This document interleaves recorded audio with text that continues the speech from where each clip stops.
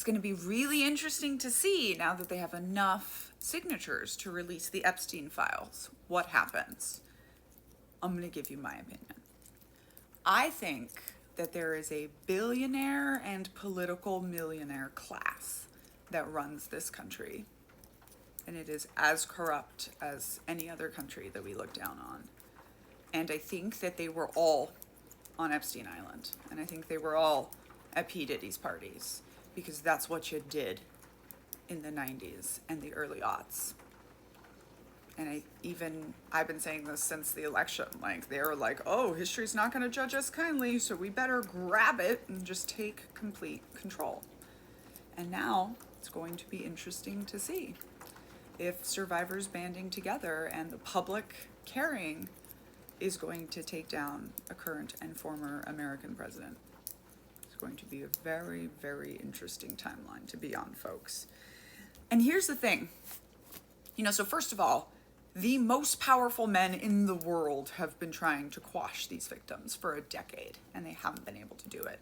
Can you imagine how frustrated Bill Clinton is? Like, seriously, we can't get these people to shut up? And I'm sure they've been flexing every single muscle, right? We'll sue you, we'll destroy you, you'll blah, blah, blah. You can't prove it. And I think they effing forgot that a pattern of survivor testimony is proof. So here's what happened with me when I wrote Uncultured, right? This big Macmillan book had to go through a legal review because, of course, they don't want to be sued. And they are worried about people who have money. And one of the people in my book is Jeremy Spencer of Fleetwood Mac, who joined the Children of God and was one of my very awful abusers, right? He was a horrible, horrible, true pedophile, right? 8-year-old kids were pretty much too old for him.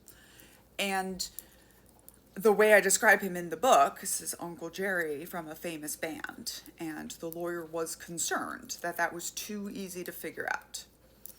And then I sent him a link, which he said led him to 400 pages of accusations against Jeremy Spencer of Fleetwood Mac. And he literally came back and said to me, go with God.